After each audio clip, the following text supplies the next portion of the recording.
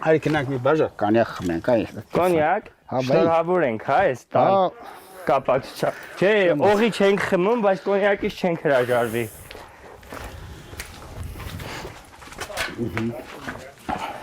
Ախպերս։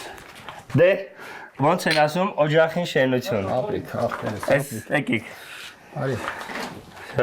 Դե ուրախությամբ, ինչ անում եք, բարով այլեք։ Տղերքին էլ տուլա։ Շնորհակալություն շատ տներ էլ ինչքան շատ տուն սարքեն բոլորիս օգտվում։ Հա, շատ լավ է, փառք Աստծո։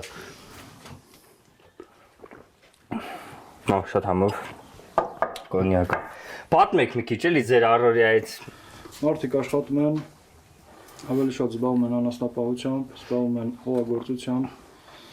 Անասնապահությունը հիմա մի քիչ քչացել է, սահմանների հետ կապված, հետո տարածքներ չկան, դիտարկող տեղամասեր լրիվ։ Շատ տարածքներ է թշնամու վերահսկողության կամ դիտարկման տակ գյուղից։ Գյուղից, անձամբ գյուղից վերահսկողության տակ իրանք չունեն, բայց տեսարկող